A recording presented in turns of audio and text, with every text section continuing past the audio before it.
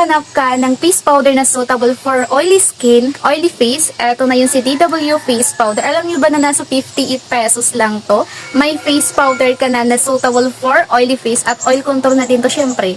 Kasi nga for oily face so oil control, matte finish, at the same time waterproof. Ganito yung packaging niya. Ayan, may pa-mirror na din dito. So, eto yung ginagamit ko, yung shade 01. Yung shade number 1 po natin is para sa mga mapuputi. Eto yung ivory. So, eto yung gamit na gamit ko. Halata naman na gamit talaga siya. May pa-mirror na din siya. Perfecto kung oily face din po kayo. So, bali tatlo po yung pagpipilian na shade. Yung shade number 2 natin, yung shallow skin, is para sa mga katamtaman lang yung puti. While naman po yung ating shade number 3, yung natural, is para sa mga morena. Kaya kung isa ka din sa naghahanap ng face powder na para sa mga oily face, eto talaga yung may isasuggest ko sa inyo, si DW. At the same time, mura lang siya. As in talaga matte finish siya. At yung kinaganda pa dito is very lightweight lang siya. Or pina-perfect talaga sa mga oily face din. Kaya kung gusto mo din mag-check out ng ating DW face powder, ilalagay ko na lang yung link dyan sa ating yellow basket.